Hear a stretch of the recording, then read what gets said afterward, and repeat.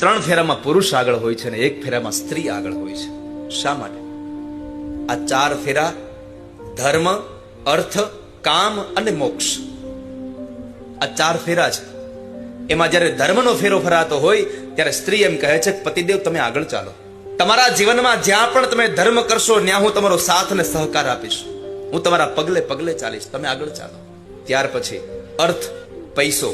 તમે પૈસા કમાશો અને કદાચ પરિવારના નિભાવ માટે મારે પણ મજૂરી કરી અને પૈસો કમાવો પડશે તો હું તમને પૈસો કમાવા માટે પણ મદદ કરીશ. તમે આગળ ચાલો, હું તમારા પગલે પગલે ચાલીશ.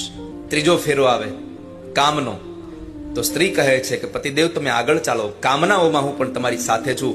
તમારા વંશની વૃદ્ધિ કરવી, પ્રજોત્પત્તિ કરવી, તમારા સંતાનને જન્મ આપી અને તમારા વંશને આગળ વધારવામાં હું તમારો સાથ આપીશ. આ ત્રણ વસ્તુ થયું. ધર્મ, અર્થ અને કામમાં પતિદેવ તમે આગળ ચાલો, પણ મોક્ષ જો મરવાનો વારો આવે ને તો તમારા નામની ચુંદડી ઓઢીને પેલા હું જવા તૈયાર થઈ જઈશ, પેલા હું આગળ થઈશ.